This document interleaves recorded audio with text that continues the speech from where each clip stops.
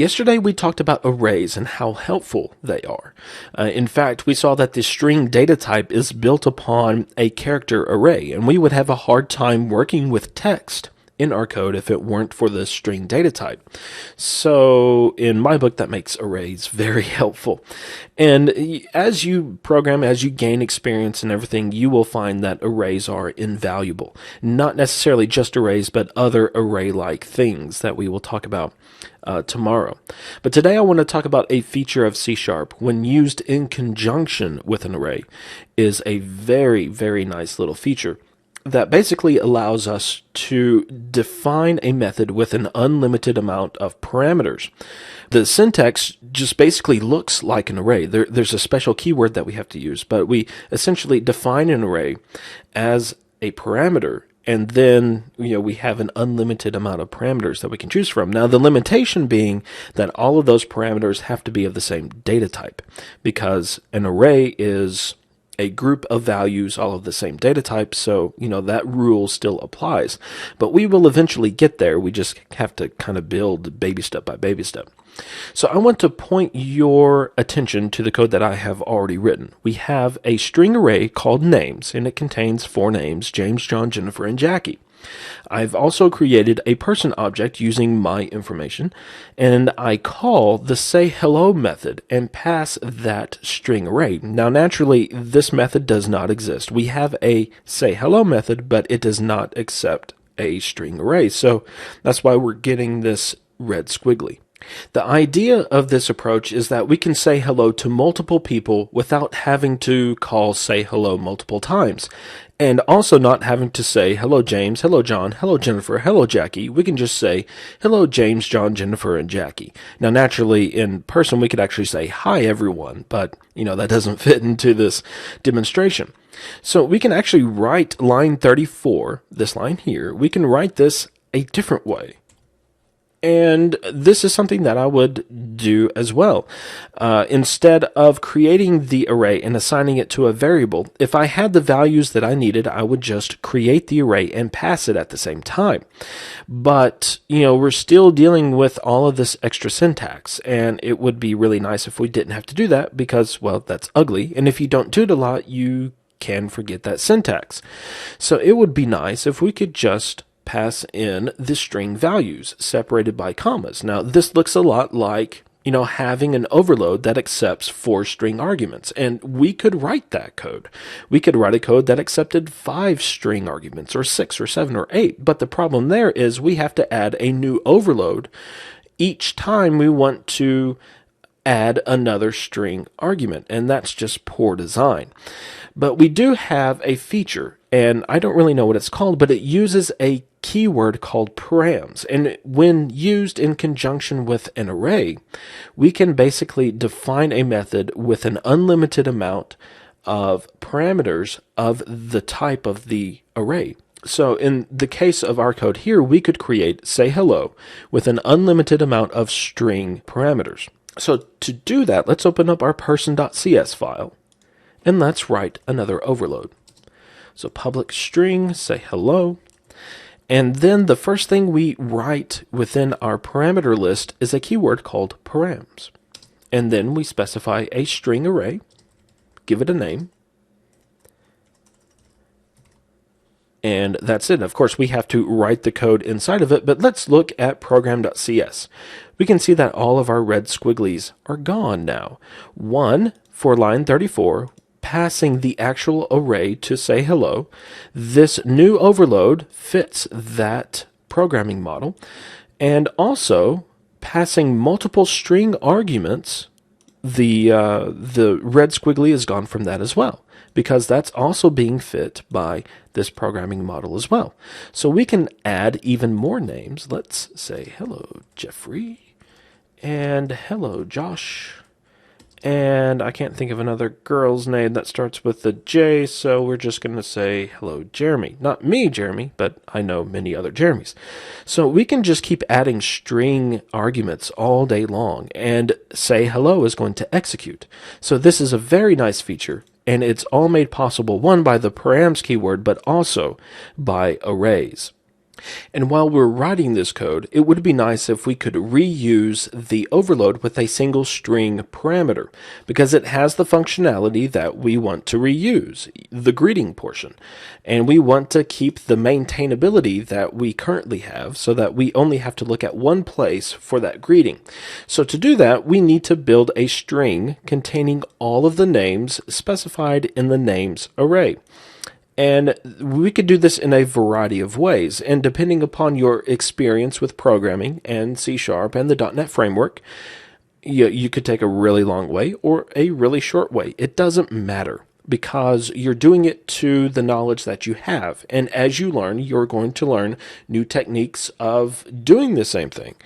And then you can always go back and modify your old code to use the new way of doing things. So if it takes you 20 or 25 lines to do this, that's perfectly fine. If it takes you one line to do it, that's fine as well. What matters is that you learn the new ways of doing it, or the better ways of doing it. That's really all that matters.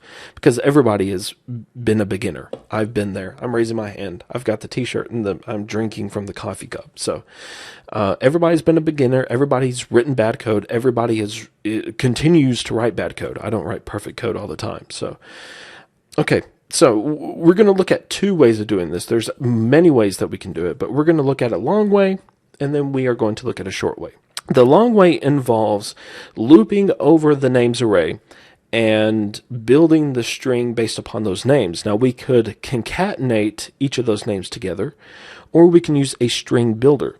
Now, I'm going to use a string builder because, building a string such as this would be better being done with a string builder. So I'm going to call the string builder object builder. Let's also create just a temporary string.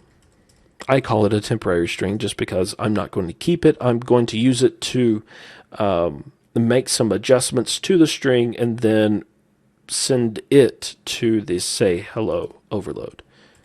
But we will look at that later. Okay, so we need to loop over the names array. We could use a for loop if we wanted, but we don't need the index or the counter or anything like that. So all we need is the elements in the array. So a for each is going to be fine. And then we want to append each name to the builder. So we will do name. And then we want to separate the names with something. I'm going to do a comma followed by a space. So we'll end up eventually with a name, comma, space, name, comma, space, name, comma, space. Now the problem here is the last name in our list is going to have a comma space because we're not doing any type of logic to determine what is the last name, which we could do that, but that's a whole lot more code.